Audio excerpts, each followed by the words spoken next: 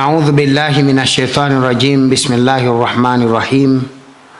السلام عليكم ورحمة الله وبركاته. الحمد لله رب العالمين، والصلاة والسلام على أشرف الأنبياء والمرسلين، أما بعد. ربي اشرح لي صدري ويسر لي أمري واحلل عقدة من لساني يفقهوا قولي. سبحانك لا علم لنا إلا ما علمتنا إنك أنت العليم الحكيم. أما بعد.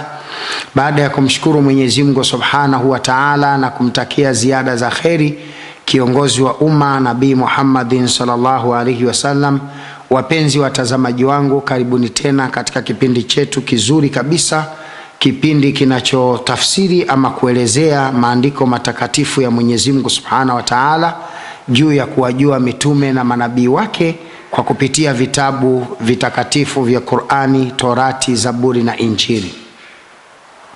Kama ilivyo ada na desturi yetu, tunakutana tena hapa kuweza kuzungumza mambo mbalimbali ya husiano na maandiko matakatifu.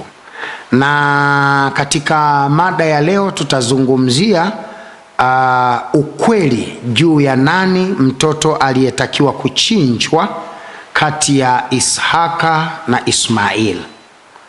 Tunaileta mada hii kwa sababu yako mambo yamekuwa na mkanganyiko, na mkanganyiko huu umetokana na mafundisho yatokanayo na maandiko matakatifu ya namna mbili kama yanavyotambulika na dini mbili kuu, ambayo ni Qur'ani inayoaminiwa na Waislamu na Zaburi na Biblia inayoaminiwa na Wakristo. Lakini tunapotaka kuyaendea mambo haya, jambo la msingi kwanza tunatakiwa tujue historia ya mitume na manabii. Na kipindi hiki cha mwezi wa Dhulhijja, yani mwezi wa mfungo tatu, ni moja kati ya miezi ya kalenda ya kihistoria, kwa sababu Uislamu umefundisha miezi ya kalenda ya kihistoria ndani ya Qur'ani, kama Mwenyezi Mungu Subhanahu wa Ta'ala alivyosema katika surati Bani Israil sura ya 17 baada a'udhu billahi minash shaitani rajim. Bismillahir rahmanir rahim.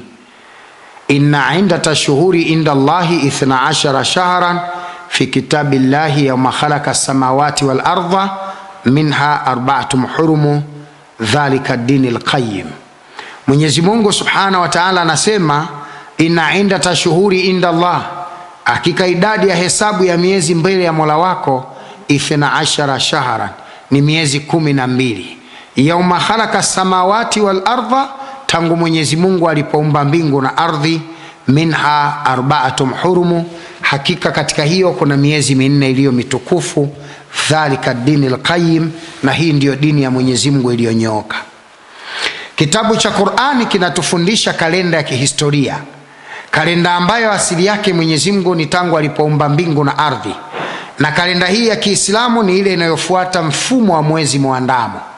Na ndiyo maana Waislamu baada ya kuandama mwezi 30 mfungo pili, kwa maana ya mwezi wa Dhulqaada, ilipofika mwezi mosi mfungo wa Dhulhijja, kwa maana ya mwezi wa kwanza wa Kiislamu ama mfungo tatu kama tulivyozoea kuuita, au mwezi wa Dhulhijja, Waislamu tukaanza saumu ya siku 9 au masiku 9 yale ya siku za mwezi wa Dhulhijja.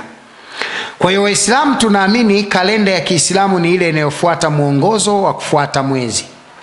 Japokuwa duniani kuna kalenda inayofuata mfumo wa kalenda za maandishi ya watu kwenye mikono yao, kama kalenda ya Januari mpaka Desemba, ambayo mabadiliko yake hupatikana saa 6 na dakika 1 za usiku. Japo mpaka sasa hakuna ushahidi wa kisayansi juu ya sayari yoyote inayobadilisha kalenda ya Januari mpaka Desemba na hesabu yake kuanza saa 6 na dakika 1 usiku. Jambo la kushangaza na la kusikitisha, waumini wa dini mbalimbali isiyokuwa ya Kiislamu, ikifika tarehe 31 mwezi wa 12 hukesha katika nyumba zao za ibada, wakidai wanausubiri mwaka bila kuwa na uthibitisho wa kisayansi, ambao hata muumini wa dini hiyo akiwa ni profesa aliyemaliza degree anaweza asiwe na majibu ya kutosheleza kwamba hiyo saa 6 na dakika 1 kuna kitu gani kinabadilisha kalenda. Kalenda ya Kiislamu inabadilishwa kutokana na mfumo wa mzunguko wa jua na mwezi, kama Mwenyezi Mungu alivyothibitisha ndani ya Qur'ani katika surati Yasini sura ya 36 kuanzia aya ya 38 na kuendelea. Lakini Biblia pia inatambua mzunguko wa hesabu ya kalenda ya mwezi na namna mwezi unavyobadilisha siku, kwa maana siku inabadilika baada ya kuzama kwa jua, ndio inapoanza siku, na siku inamalizika wakati ikielekea jua kuzama.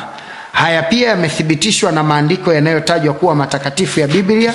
Katika kitabu hiki cha Biblia, unaposoma katika kitabu cha Mwanzo sura ya 1 mstari wa 1, maandiko yanaweza kukuthibitishia kwamba hakika siku inabadilika baada ya jua kuzama. Andiko linasema, hapo mwanzo Mungu aliziumba mbingu na nchi, nayo nchi ilikuwa ukiwa tena utupu, na giza lilikuwa juu ya uso wa vilindi vya maji. Roho wa Mungu akatulia juu ya uso wa vilindi vya maji. Mungu akasema, iwe nuru, ikawa nuru. Mungu akaiona ya kuwa nuru ni njema, akatenga nuru na giza. Mungu akaiita nuru mchana, na giza akaliita usiku. Ikawa jioni, ikawa asubuhi, siku ya kwanza. Ikawa jioni, ikawa asubuhi, siku ya kwanza. Biblia inatuambia ikawa jioni, ikawa asubuhi, siku ya kwanza. Jioni inapatikana kwa kuzama jua, na asubuhi inapatikana kwa kuchomoza jua.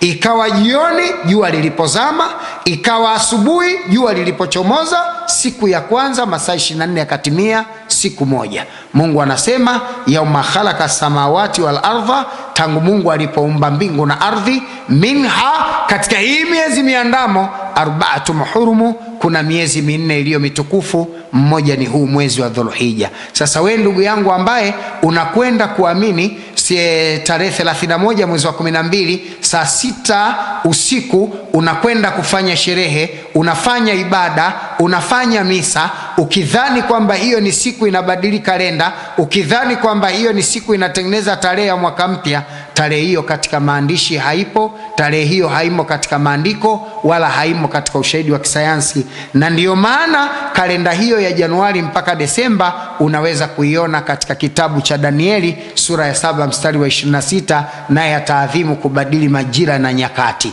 Hili tutalifundisha katika mafundisho mengine, lakini leo tunataka tuzungumzie habari ya mwezi muandamo na upatikanaji wa mwezi wa Dhulhijja na siri iliyomo katika mwezi wa Dhulhijja kwa tukio adhim, tukio tukufu, tukio kubwa la kuchinjwa mmoja kati ya watoto wa Nabii Ibrahim. Kwa upande wa Wakristo wanaamini aliyetaka kuchinjwa ni Nabii Ishaka. Kwa upande wa Waislamu wanaamini aliyetaka kuchinjwa ni Nabii Ismaili. Lakini utata huu unaweza kumalizwa na vitabu viwili hivi. Biblia na Qur'ani ndio vitatupa mwongozo ili kujua kati ya watoto wawili hawa ni mtoto gani alipaswa kuchinjwa na mtoto gani alitaka kutolewa sadaka, na ni mtoto gani Mungu alimnusuru kumtoa sadaka. Qur'ani inatueleza kwa ufupi sana historia hii, lakini imejaribu kuweka wazi vitu ambavyo vinaweza kushajishwa na Biblia na kuamini kwamba mtoto aliyetaka kuchinjwa ni yule aliyetajwa na Qur'ani na wala si yule aliyetajwa na Biblia. Mfano, ukisoma katika Qur'ani surati Saad, surati Safat, hii ni sura ya 37 kuanzia aya ya 98, Mwenyezi Mungu anaelezea kisa cha Nabii Allah Ibrahim cha kutaka kuchoma moto katika ulwa wa Kardayo, tukio ambalo Mwenyezi Mungu alimnusuru kwa rehema zake. Andiko linasema, baada a'udhu billahi minashaitani rajim, bismillahir rahmanir rahim, basi walitaka kumfanyia vitimbwi vya kumuua, lakini tukawafanya wao kuwa madhalili. Moto ule haukumuunguza hata chembe Nabii Ibrahim. Mwenyezi Mungu Subhanahu wa Ta'ala katika aya ya 98 anaonesha kwamba Nabii Ibrahim hakuungua moto ulivyotaka kumuunguza. Kwa nini? Walipomtumbukiza kwenye moto, Nabii Ibrahim akiwa anatoka angani anakwenda kwenye moto, alimwambia Mwenyezi Mungu, hasbi Allah wa ni'mal wakil, hasbi Allah wa ni'mal wakil. Anatosha Mwenyezi Mungu kuwa mlinzi kwa neema alizonipa. Mwenyezi Mungu akauambia moto, ya narun kunni bardan wa salama ala Ibrahim, ewe moto kuwa tulivu, kuwa baridi, kuwa salama kwa Nabii Ibrahim alayhi salatu wasalam. Nabii Ibrahimu hakuchomwa moto ule kwa sababu haukumuunguza. Mungu aliutia ubaridi ukawa kama yuko katika chumba chenye fridge ama chenye AC amini. Aya 99 inasema, na Ibrahimu akasema, naondoka katika nchi hii na kwenda Sham, katika nchi aliyoniamrisha Mola wangu. Ndiyo anayeniongoza, naye atanitengenezea mambo yangu. Nabii Ibrahimu akaondoka kutoka katika nchi ya Wakardayo, ulu wa Wakardayo yani Iraki. Nabii Ibrahimu akaondoka akaenda kuishi katika nchi ya Palestina. Kwa kipande hiki kwanza tunazidi kuoneshwa kwamba Nabii Ibrahimu alikuwa ni Mwarabu aliyetoka katika asili ya nchi ya Iraki. Asili yake ni Iraki katika upande wa ulu wa Wakardayo, na yeye baadaye akaenda kuishi tena katika nchi ya Kiarabu ambaye ni Palestina. Maanake Nabii Ibrahimu asili yake ni Middle East. Nabii Ibrahimu asili yake ni Mashariki ya Kati. Nabii Ibrahimu si mzungu. Lakini wazungu wametengeneza mazingira ya kumtukana Nabii Ibrahimu kwa sababu wamemtumia Nabii Ibrahimu katika mambo yao kama nembo ya matangazo kwa maslahi yao, pasi na ukweli juu ya maisha ya Nabii Ibrahimu. Haya tutayaona katika mada zijazo au katika maelezo yajayo. Ukisoma katika aya 100 inasema, basi ewe mwanangu, akasema ewe Mola wangu. Nabii Ibrahimu akamwambia Mwenyezi Mungu, ewe Mola wangu, nipe mtoto awe miongoni mwa watendao wema. Aya 111 inasema, ndipo tukampa habari njema ya kuwa atampata mtoto mpole, basi akampata, naye ndiye Nabii Ismaili. Aya 101 katika sura 17 ya 37 andiko linasema Nabii Ibrahim akapewa mtoto, akaomba mtoto katika aya 100, akapewa mtoto katika aya 101. Mtoto wao alikuwa mpole, naye ndio Nabii Ismaili. Aya 102, basi alipofika makamo ya yule mtoto ya kwenda na kurudi pamoja naye, alimwambia, ewe mwanangu, yani Ibrahimu alimwambia mwanawe, ewe mwanangu, hakika nimeona katika ndoto ya kwamba ninakuchinja, na ndoto ya mitume ni ndoto wahai, na basi waonaje juu ya jambo hili? Akasema, insha Allah. Akasema, utanikuta insha Allah nikiwa miongoni mwa wanaosubiri. Nabii Ismaili akamwambia babake, fanya, tekeleza amri ya Mola wako, nichinje, na inshallah utanikuta mimi ni miongoni mwa waliokuwa wanakusubiri au wanasubira, au nitakuwa na subira katika jambo hili. Yani nitasubiri utekeleze amri, sitakuasi baba yangu, sitakukimbia baba yangu, sitakataa amri ya Mola wako ya wewe kunichinja mimi.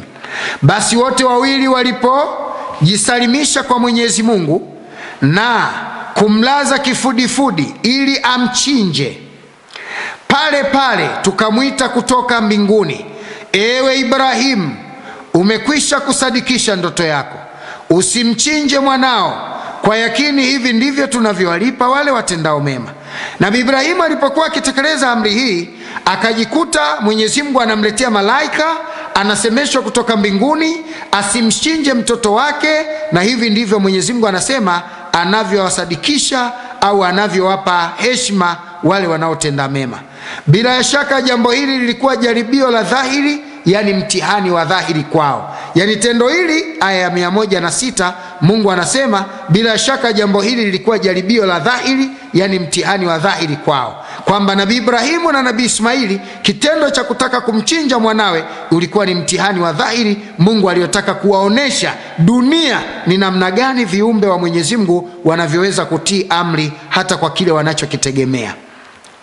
Aya 108, basi tukamkomboa kwa mnyama wa kuchinjwa aliye mtukufu. Mungu anasema akamkomboa Nabii Ismaili kwa mnyama wa kuchinjwa, lakini akampa mnyama mtukufu, na tukamwachia sifa nzuri kwa watu wengi waliokuja baadaye.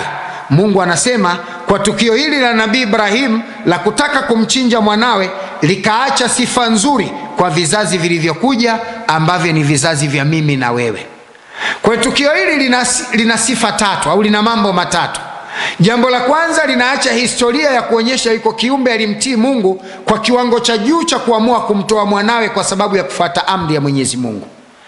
Kitu cha pili tunachofundishwa kwamba Mwenyezi Mungu anawanusuru wale wanaotii amri yake kwa kuwapatia kitu mbadala, ili mradi wameshaonyesha dhamira ya kutii amri za Mwenyezi Mungu pasi na kuwa na hofu yoyote ya maisha ya baada ya kutii amri ya Mwenyezi Mungu.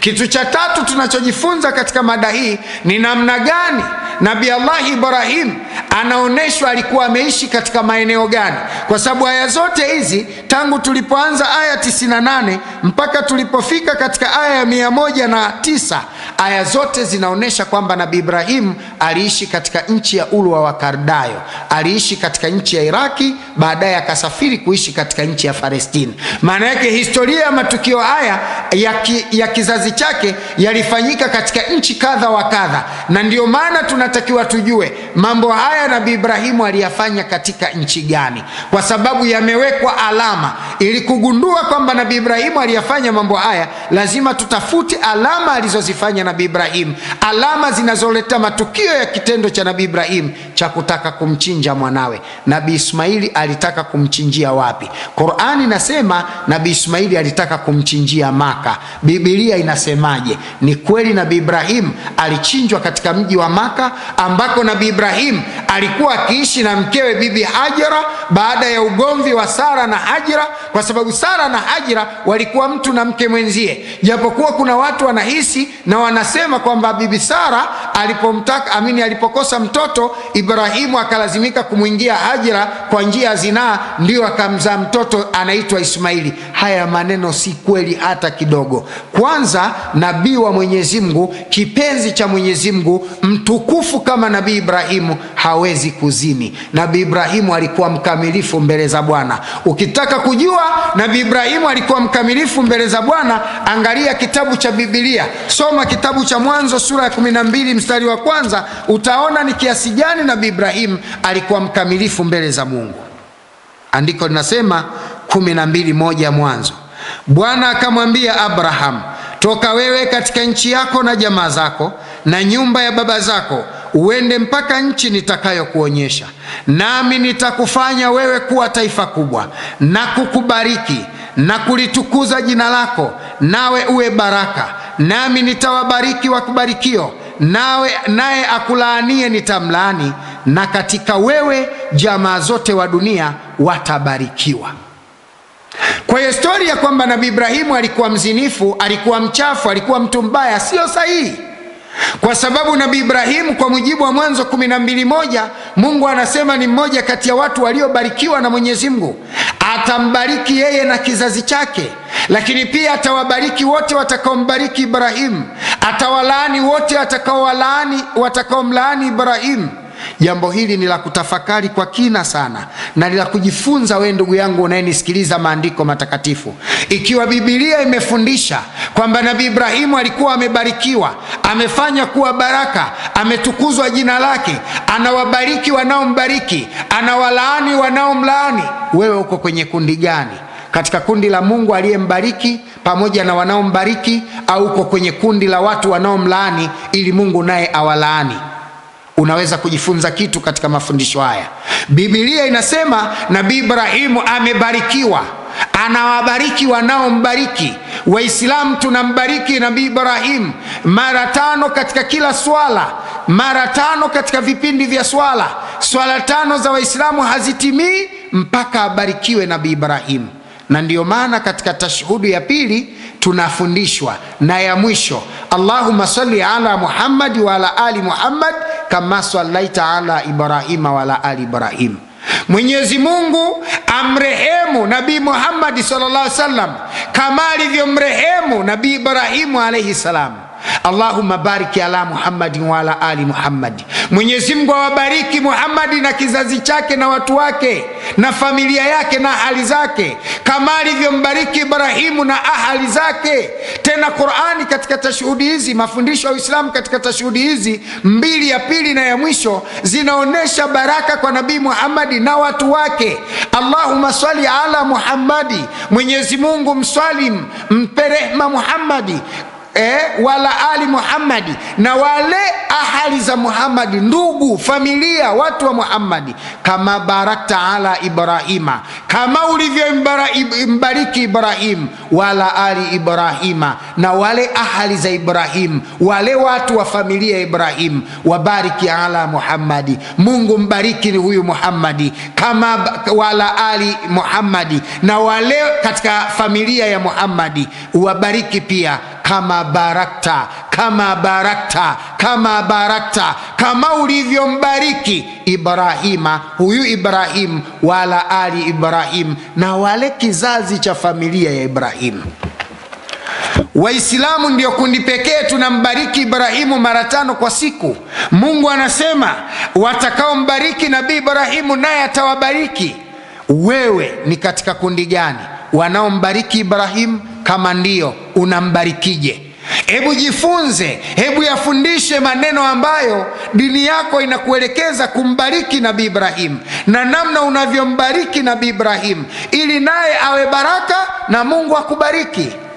Zaidi ya yote utakuta mafundisho ya kitheolojia ya dini yako yanafundisha kwamba Bibi Hajira alizini na Nabii Ibrahim na alimpata Ismaili, mtoto wa zinaa. Inna lillahi wa inna ilaihi rajiun. Ni maneno mabaya, ni matusi mabaya yanayotukana vipenzi vya Mwenyezi Mungu. Lakini Mungu ameahidi katika Mwanzo sura ya 12 mstari wa 3, nami nitambariki wa wabarikio, naye nitamlaani atakayemlaani. Ikiwa wewe unaamini kwamba Nabii Ibrahim alizini na akafanya makosa, na tena alizini na Sara na akamzaa mtoto Ismaili, wewe unalaana na Mungu anakulaani kwa sababu umemlaani kipenzi chake.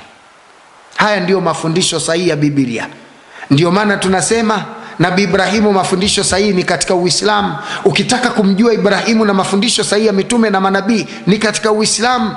Nabii Ibrahimu anabarikiwa katika Uislamu. Ukitaka kumbariki Nabii Ibrahim lazima uwe kwenye Uislamu, na kumbariki Nabii Ibrahim katika Uislamu ni faradhi. Kwa nini ni faradhi? Kwa sababu ibada ya swala ni faradhi ambayo mara 5 kwa siku unafanya. Maana yake ukiacha swala unapata dhambi, na kwa kuwa sehemu ya kumbariki Ibrahim katika swala ni nguzo, ukiacha nguzo hiyo swala huna. Maana yake kumbariki Ibrahim katika Uislamu ni faradhi. Nami nitawabariki wa kubarikio, nitawalaani watakao kulani. Wewe ni katika kundi gani? Unamlaani Ibrahimu, unambariki Ibrahimu? Ibrahimu kwa mujibu wa Biblia ni baraka, naye atakuwa taifa kuu. Yeye ndiye atakuwa kuwa baraka, yeye atakuwa baraka Nabii Ibrahimu. Tena atakuwa baraka juu ya watu wote. Maana yake ukitaka baraka za Mungu lazima upitie kwa Ibrahimu. Kwa Ibrahimu hakuzini. Ibrahimu ni miongoni mwa watu walioishi katika maisha ya ndoa. Ibrahimu kwa Bibi Hajira alimuoa, hakuwa hawala yake. Japo wazungu kwa kupitia Biblia hii wameamua kumtukana Bibi Hajira kwa sababu ni mweusi, na wameamua kumtukana Nabii Ismaili kwa sababu ni mweusi. Wameamua kukataa Uislamu uliopitia kwa Mtume Muhammad, nabii wa mwisho, kwa sababu umetokana na mtu anayetoka katika familia ya watu weusi. Na wazungu wanapochola malaika wanamchola mzungu, lakini cha ajabu wakimchola shetani wanamchola mweusi. Maanake sisi ni mashetani na wao ni watu weupe. Wazungu wamekuwa na matusi yasiyokuwa na kiasi kwa Waafrika. Wamekuwa wakisema maneno yanayoudhalilisha Uafrika, lakini Afrika ndio dongo la asili. Nabii Allahi Adamu ameumbwa na udongo mweusi. 15 Qur'ani surati Al-Hijri aya ya 29. Mwenyezi Mungu amemuumba Adamu kwa udongo mweusi unaotoa harufu, unaogongwa na kutoa sauti pale unapogongwa, matope ya mfinyanzi yaliyokauka au yaliyovunda. Qur'ani inatufundisha Nabii Adam, mtu wa kwanza, alikuwa mweusi, na wazungu wanaumizwa na jambo hili la Qur'ani kufundisha kwamba Adamu alikuwa mweusi. Lakini cha ajabu, Adamu akimchora wanamchora mzungu. Qur'ani ambayo ni maandiko ya Mungu anasema Adamu alitengenezwa kwa matope meusi, na kiasili white ni copy na black ni OG. Kwa hiyo Afrika ni original.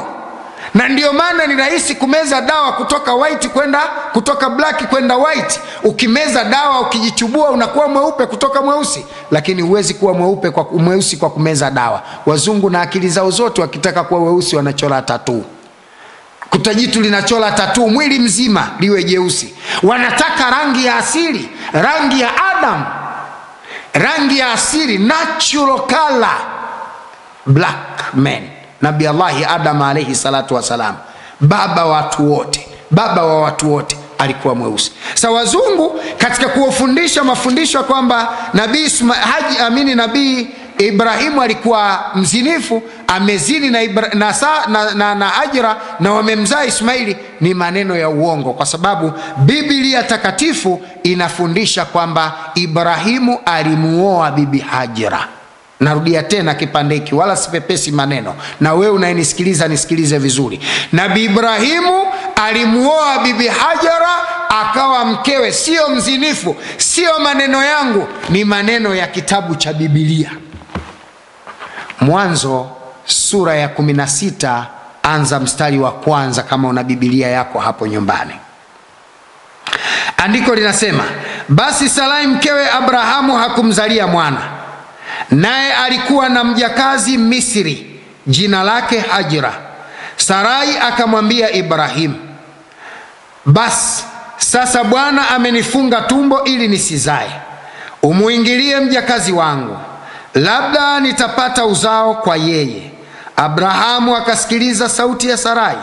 Sarai mkewe Abrahamu akamtwaa Hajira Misri mjakazi wake, baada ya kukaa Abrahamu katika nchi ya Kanaani miaka 10. Akampa Abrahamu mumewe awe mkewe. Biblia inasema akampa Abrahamu mkewe, akampa Abrahamu mumewe awe mkewe. Ikiwa maandiko matakatifu yanafundisha kwamba Nabii Ibrahim alipewa Hajira na mkewe ili awe mkewe, wewe unasema Hajira na Ismaili walizini na Ibrahimu walizini. Mafundisho hayo unayatoa wapi? Mafundisho hayo ya kwamba Ibrahim alizini na Ismaili na Nabii Hajira mama wa Ismaili unayatoa wapi, wakati maandiko matakatifu yanasema Hajira alikuwa ni mke wa Ibrahim? Na hii ni kitabu cha Mwanzo. Mungu anasema katika aya 3, Sarai mkewe Abraham akamtoa Hajiri mjakazi wake baada ya kukaa katika nchi ya Kanaani miaka 10, akampa mumewe awe mkewe. Maandiko ya Biblia yanasema Hajira alikuwa mke wa Nabii Ibrahim. Wewe unasema alikuwa mzinifu, walizini wakamzaa. Umetoa wapi? Bila shaka umepigwa dogma na wazungu, umtukane Ismail kwa sababu ndiyo kizazi cha mke mdogo wa Ibrahim, kwa sababu ametokana na kizazi cha Muafrika. Na wazungu kazi yao kuwadharau na kuwatukana Waafrika, kwamba Waafrika hawana thamani, Waafrika hawana jipya, Waafrika hawana akili, Waafrika hawana kadha wa kadha. Na wewe Muafrika ambaye akili yako pia haijatulia, unaamini kwamba Nabii Ibrahimu alizini, lakini maandiko yanasema alipewa awe mkewe. Sasa swali, mafundisho ya wana theolojia wa Kikristo wanaotumia akili za kizungu kumtukana Nabii Ibrahim kwamba alizini na Hajira, na maandiko matakatifu yanayosema Hajira alikuwa mke wa Ibrahim, nani anasema kweli? Na wewe unafuata vipi? Akili za wana theolojia au maandiko matakatifu? Maana katika Biblia inasema 22:18 Ufunuo, asiongeze mtu katika maneno yake wala asipunguze mtu katika maneno yake, maana Mungu atamuongezea hayo mapigo yaliyoandika katika kitabu hiki. Ikiwa utasema alikuwa mzinifu, alimzini bibi Hajira na maandiko yanasema alikuwa mkewe, basi wewe utaongezewa mapigo katika huo mti wa uzima, na Mungu atakupeleka katika ziwa la moto, na utaingia katika 12:3 Mwanzo, utalaaniwa kwa sababu umemlani kipenzi cha Mungu Nabii Ibrahim. Andiko linaendelea kusema, basi akamuingilia Hajira naye akapata mimba. Baada ya Nabii Ibrahim kumuoa Hajira na kuwa mkewe, akamuingilia Hajira akapata mimba. Kwa hiyo Hajira kwa mujibu wa Biblia aliingiliwa. Na kumbuka katika swala la Nabii Ibrahimu kuwa na mtoto ambaye atakuwa mrithi, alipoomba habari ya urithi, Nabii Ibrahimu alipewa sharti Atakayekurithi ni yule mtoto atakayetoka katika viuno vyako. Hii imesomwa katika sura ya kitabu cha Mwanzo, sura ya 15 mstari wa kwanza. Nitarudi hapa, lakini acha turudi kwenye Mwanzo 15:1. Baada ya Mwanzo 15:1 inasema, baada ya mambo hayo neno la Bwana likamjia Abraham katika njozi likinena, usiogope Abrahamu, mimi ni ngao yako na thawabu yako kubwa sana. Abrahamu akasema, ewe Bwana Mungu, utanipa mimi nini?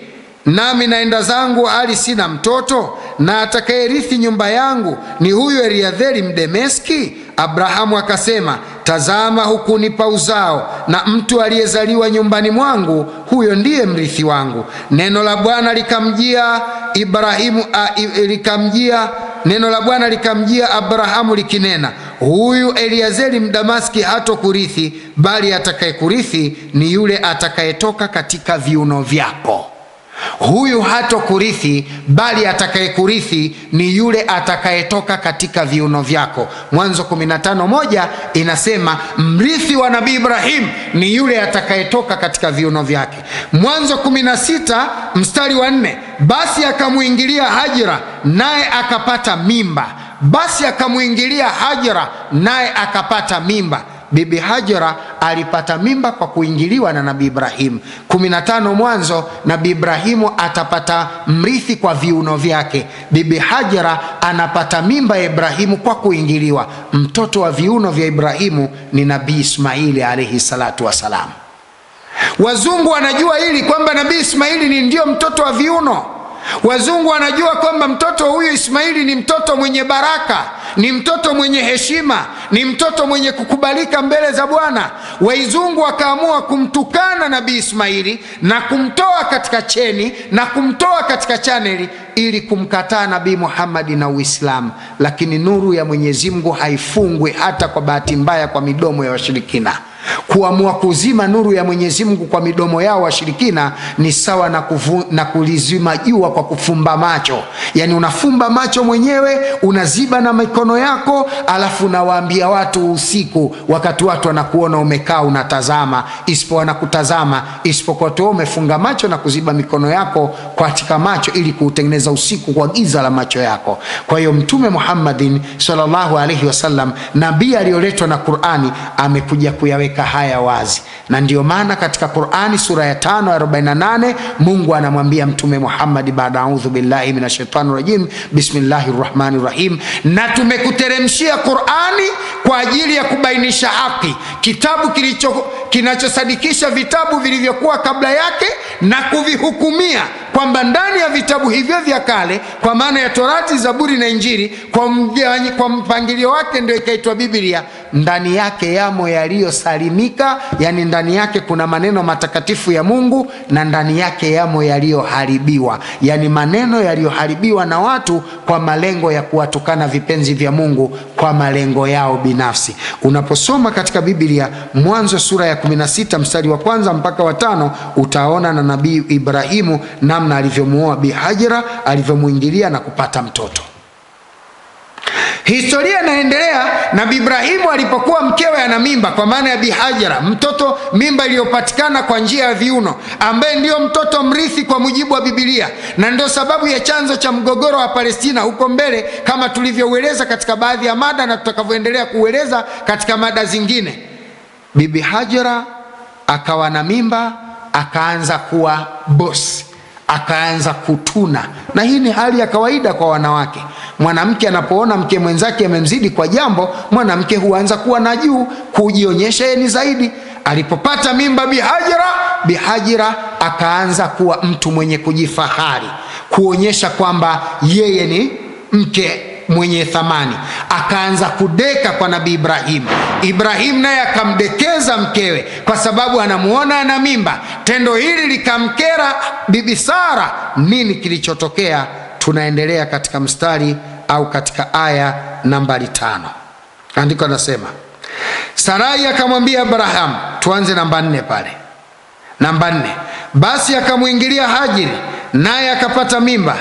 Naye alipoona ya kuwa amepata mimba, bibi yake alikuwa duni machoni pake.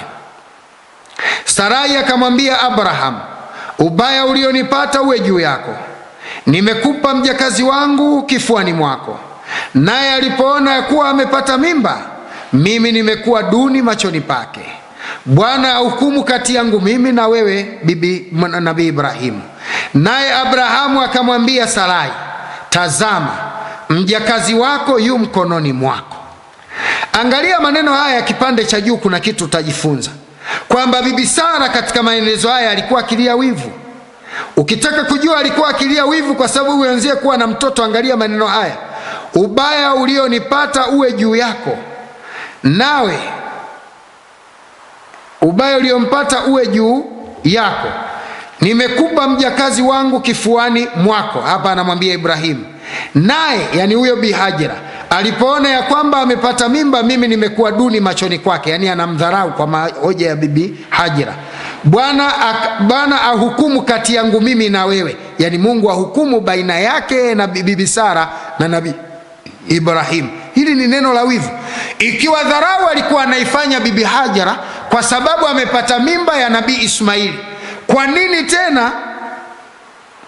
nini tena Bibi Sara anamwambia Nabii Ibrahim kwamba Bwana ahukumu baina yangu na yako? Hukumu hii kwa yake yeye Sara na Nabii Ibrahimu inaingiaje wakati mwenye kufanya dharau ni Bibi Hajira? Jibu ni kwamba Hajira alipopata mimba, Ibrahimu kwa kuwa alikuwa na hamu na mtoto, alipomuona bi mdogo ana mimba, na Nabii Ibrahimu akaongeza mapenzi kwa mkewe. Bibi Sara akahisi mapenzi yameshuka, akamshtaki Nabii Ibrahimu kwa Mungu kwamba kitendo cha kumpenda sana mkeo, basi jambo hili Mungu ahukumu baina yetu. Mimi sikukupa mke wala sikukuruhusu wewe mke mwingine ili mimi nipungukiwe mapenzi. Mimi nilikuwa natamani niendelee kupata mapenzi, lakini mume wangu unapeleka mapenzi kwa mkeo mdogo kwa sababu ana mimba. Ndiyo maana ya hukumu hii. Na hapa unajifunza kwamba haya ni maneno yanayotokana na wivu. Naye Abrahamu akamwambia Sarai baada ya maneno hayo, tazama, mjakazi wako yu mkononi mwako, endelea mtendee lililo jema machoni pako. Sarai akamtesa. Ibrahimu akaendelea kumsisitiza mkewe Sara, huyu Hajira ni mmoja kati ya watu wako wa karibu, ni mke wangu mimi. Huyu mjakazi, huyu Sarai ni mke wangu mimi, ni mdogo kwako, umemlea, umemtunza, umeniruhusu ni muoe, mtendee mapenzi, usimfanyie mabaya. Sarai hakushika maneno ya Ibrahimu. Sarai akamtendea ubaya Bibi Hajira. Andiko linasema akamtesa.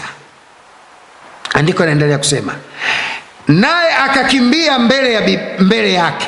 Alipoona Bibi Hajira anateswa na Bibi Sara, na mateso yamezidi kwa sababu yuko katika miliki ya Bibi Sara, Hajira akaona akimbie, akaondoka nyumbani kwa Bibi Sara, akatafuta mahali pengine pa kuishi, kwa sababu kwake ilikuwa ni jambo gumu kuendelea kuishi mikononi mwa mateso.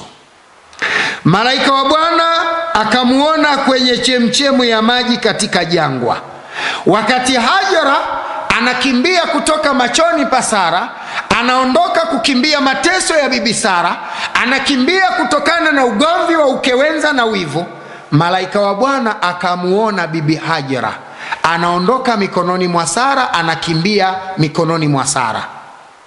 Malaika wa Bwana akamuona katika jangwa, katika chemchemu iliyoko katika njia ya kuendea Shuri, akamwambia, Hajira, wewe mjakazi wa Sarai, unatoka wapi nawe unakwenda wapi? Malaika wa Bwana anamuona Bibi Sara mateso aliyoyapata. Sara ameacha kufuata utaratibu na maelekezo ya Nabii Ibrahim, ameamua kumgonga, kumfanyia ubaya mdogo wake, mke mwenzie.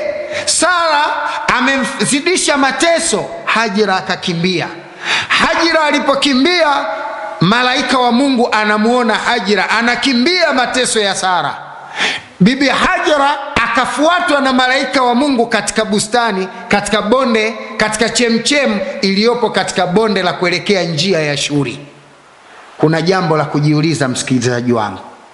Ikiwa Nabii Ibrahim alimzini Bibi Hajira na Bibi Sara alichukia zinaa ya Ibrahimu na mwenzake Sara, vipi Mungu anamshusha malaika kwenda kumfuata bibi Hajara. Narudia kipande unielewe vizuri.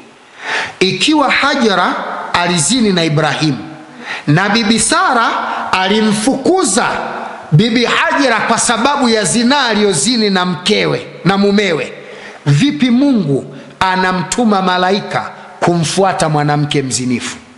Ina maana malaika wa kitabu cha Biblia wanasapoti wanawake wazinifu?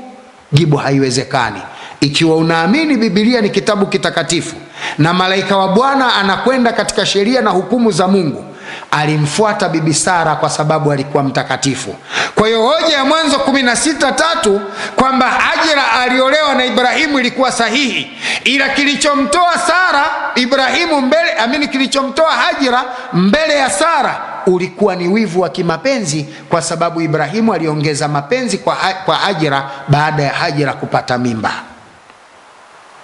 Andiko linasema akanena akamwambia malaika, akanena akamwambia Hajara, Hajara akamwambia malaika, akanena, nakimbia mimi kutoka mbele ya bibi yangu Sarai. Malaika wa Bwana akamwambia, rudi kwa bibi yako ukanyenyekee chini ya mikono yake. Malaika wa Bwana akamwambia, hakika nitauzidisha uzao wako, wala hautahesabika kwa jinsi utakavyokuwa mwingi. Malaika wa Bwana akamwambia, hakika nitauzidisha uzao wako, wala hautahesabika kwa jinsi utakavyokuwa mwingi. Malaika alipokuwa ameketi na Bi Hajara pale katika chemchemu ya maji katika bonde la Shuri, malaika wa Bwana anamwambia Hajara, rudi ukanyenyekee miguuni pa bibi yako. Mimi anasema rudi ukanyenyekee kwa bibi yako. Mimi nitaufanya uzao wako kuwa mkubwa, wala hautahesabika. Ikiwa bibi Sara alikuwa mzinifu na mimba aliyobeba ilikuwa ya zinaa, vipi malaika anaahidi kuuzidisha uzao wa wana zinaa? Vipi malaika anazidisha kizazi cha zinaa? Huyu ni malaika wa Mungu, malaika wa shetani? Kwa sababu malaika wa Mungu hawezi kukubali zinaa, wala Mungu aliyemtuma hawezi kukubali zinaa. Ikiwa Hajara alizini na Ibrahim na Sara akawafukuza kutokana na sifa ya zinaa, vipi malaika anaahidi kuongeza uzao wa mtu ambaye amezini? Jibu ni kwamba maneno ya kuwa nabii Ibrahimu alizini ni mipango ya wazungu katika kuutukana Uislamu, ni mipango ya wazungu katika kuutukana unabii na manabii. Ni mipango ya Mungu ni mipango ya wazungu iliyotengenezwa katika Biblia katika kuondoa historia ya kweli ya maisha ya mitume na manabii. Na hapa wanalenga kumtukana nabii Ibrahim. Na wazungu wamelifanya hili kwenye Biblia maeneo kadhaa. Ukisoma Mwanzo 32:24, Yakobo kapigana na Mungu, kamvunja uvungu wa mpaja la Yakobo, Mungu akaomba radhi. Haya ni matusi. Ukisoma katika kitabu cha Mwanzo hiyo, Nabii Allah Nuhu alizini na watoto wake, ndio akapata watoto, ndio vikazaliwa vizazi vilivyopo leo duniani. Swali la kujiuliza, ikiwa Nuhu ndio alitoka na watu katika jahazi na watoto wake ndio alizaa makundi yote ya watu duniani, maanake sisi wote na wazungu ni watoto wa zinaa, kwa sababu Nabii Nuhu alizini na watoto wake. Inna lillahi wa inna ilaihi rajiun. Hizi ni akili mbovu za wazungu zenye lengo la kuondoa ukweli juu ya mafundisho ya Allah, ukweli juu ya mafundisho ya Mwenyezi Mungu. Wewe ndugu yangu ambaye si Muislamu unatazama mada hii, naomba ujifunze kwamba bibi Hajara hakuwa mzinifu, wala Ismaili si mtoto wa zinaa. Andiko linaendelea kusema, malaika wa Bwana akamwambia, tazama wewe una mimba. Malaika wa Bwana sasa anamjulisha bibi Hajara kwamba wewe una mimba, utazaa mtoto wa kiume. Malaika wa Bwana anaona mpaka tumbo lile lina mtoto gani. Malaika wa Bwana anaona kwamba tumbo la Hajara lina mtoto wa kiume, nawe utamwita jina lake Ismaili. Yani malaika wa Bwana ndio anapeleka jina la mtoto huyo atakayezaliwa aitwe jina la Ismaili.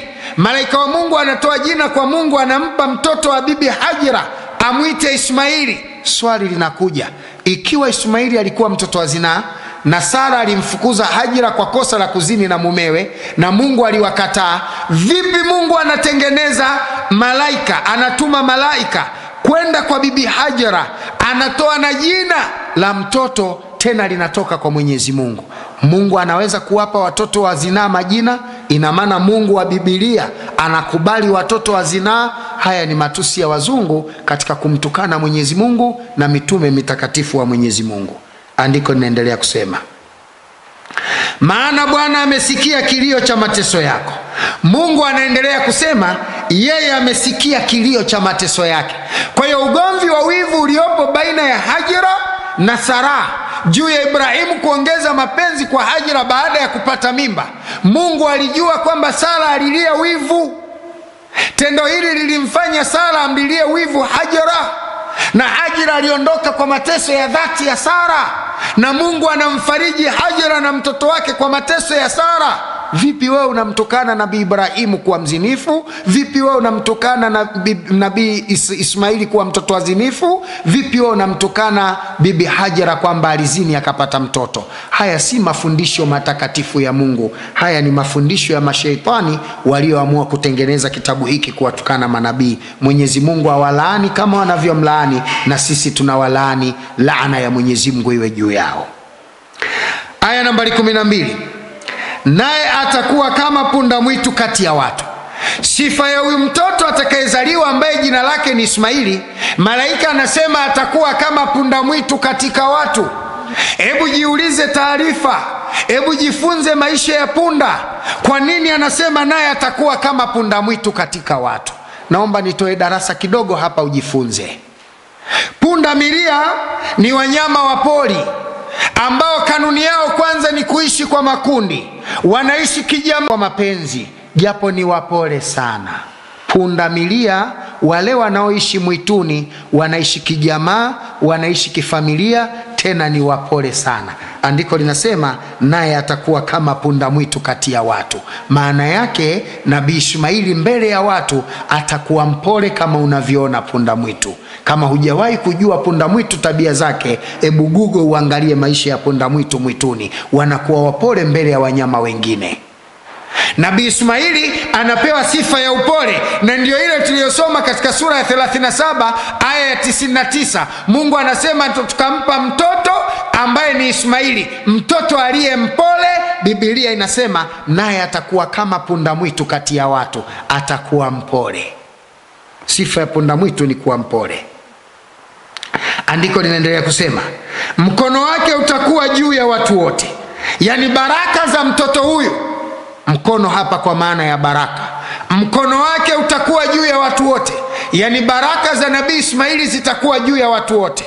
Maana yake kupitia Nabii Ismaili Mungu ataleta nabii atakayetoa baraka kwa wanabii, kwa watu wote. Na ndiyo maana katika kizazi cha Waarabu cha Nabii Ismaili, miongoni mwa mitume waliozaliwa katika timu ya Waarabu, wale wanaotokana na kizazi cha Nabii Ismaili, utaona nabii wa mwisho ni Nabii Muhammadin sallallahu alayhi wasallama, ambaye katika Qur'ani sura ya 25 aya ya 51 Mungu anasema lau tungelitaka tungemleta kila nabii katika mji wao, lakini kwa namna hii tumemleta Nabii Muhammadi awe mtume kwa watu wote, kwamba Muhammadi ameletwa duniani awe mtume wa watu wote. Biblia inasema mkono wake utakuwa juu ya watu wote na mikono yao juu ya watu wote itakuwa juu yake. Andiko anasema na mkono wake utakuwa juu ya watu wote na mikono ya watu wote itakuwa juu yake, naye atakaa mbele ya ndugu zake wote. Biblia inasema ufalme na madaraka ya kuwa mkono wake utakuwa juu ya watu wote na mkono wa watu wote utakuwa juu yake yeye. Basi hili jambo litatokea mbele ya ndugu zake wote. Yani kizazi cha Nabii Ismaili kitaendelea kusubiri unabii utakaotoka kwa Nabii Ishaka, utaendelea mpaka utakapokoma. Baada ya kukamilika kizazi cha Nabii Ishaka na ufalme wa Nabii Ishaka, ndio kizazi cha Nabii Ismaili kitakaa mbele yake ndugu zake wote, na mkono wake utakuwa juu ya watu wote na mikono ya wote itakuwa juu yake. Maneno haya pia ameyathibitisha Bwana Yesu. ukisoma katika 21:43 Mathayo, lile jiwe kuu alilolikataa waashi, hilo limekuwa jiwe kuu la pembeni. Neno hili limetoka pa Bwana, nalo ni ajabu machoni mwetu. Lile jiwe walilolikataa waashi, hilo limekuwa jiwe kuu la pembeni. Neno hili latoka kwa Bwana, nalo ni ajabu machoni petu. Na unaposoma reference kwenye 21:43-45 Mathayo, Bwana Yesu anapozungumzia jiwe kuu alilolikataa waashi, reference ya Biblia inakupeleka katika kitabu cha Danieli sura ya 2, ambayo Mungu anaonyesha alivyomuonyesha nabii Danieli katika ndoto ya Nebukadreza. Nebukadreza anaota ndoto kuu, ndoto ya kuota sanamu kubwa lenye rangi, kichwa chake ni cha dhahabu, kifua chake ni cha fedha, tumbo lake ni la shaba, miguu yake ni nusu chuma na nusu miguu yake ni ya udongo na ni ya chuma, na miguu na nyayo zake ni nusu chuma na nusu udongo. Hata likachongwa jiwe, si kwa mfano ya kazi ya mkono wa binadamu, likaipiga ile sanamu katika miguu yake. Ile sanamu ikavunjika vipande vipande, ikawa kama vile makapi ya pepeswayo wakati wa ale. Lile jiwe likawa mlima mkubwa, lile jiwe likawa mlima mkubwa. Danieli sura ya 2 inaonyesha historia hiyo. Ukisoma kwa Bwana Yesu 21 Mathayo 43, anasema lile jiwe walilolikataa waashi, hilo limekuwa jiwe kuu la pembeni. Neno hili latoka pa Bwana, nalo ni ajabu machoni petu. Jiwe gani? Kwa sababu unaposoma katika falme zile, yule mtu ambaye alikuwa sanamu aliona Nebukadreza, kile kichwa cha dhahabu, anasema ulikuwa ni ufalme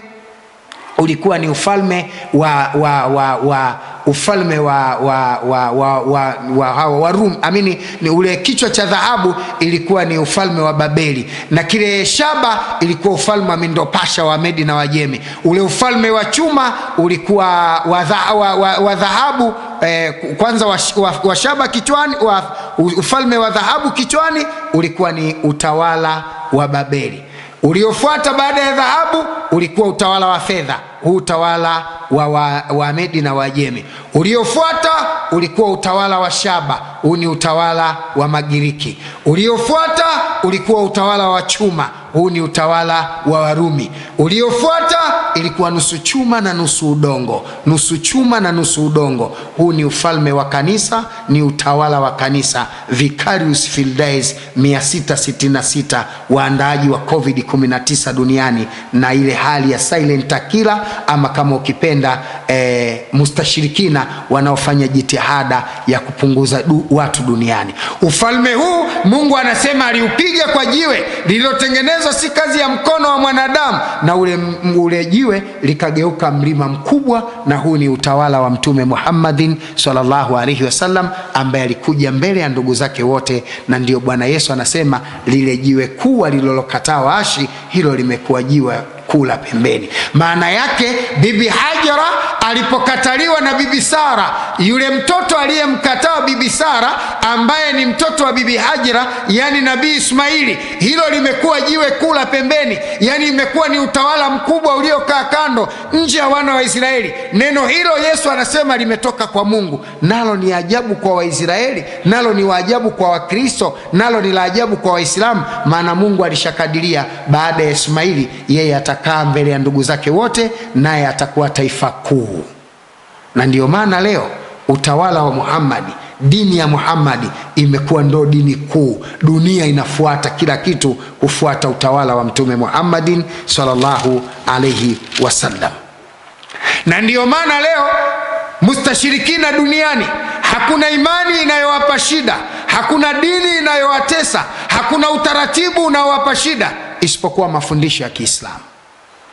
Na ndio maana kila siku wanatengeneza mbinu za kuwafanya Waislamu watoke katika Uislamu na wasifanye ibada.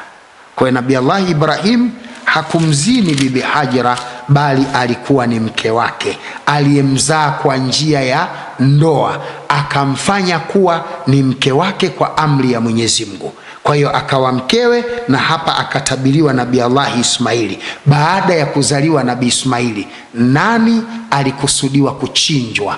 twende namba 2 ya mada hii ili upate kujua kati ya Ismaili na Ishaqa ni mtoto gani alikusudiwa kuchinjwa. Wabillahi tawfik, wassalamu alaikum wa rahmatullahi wa barakatuh.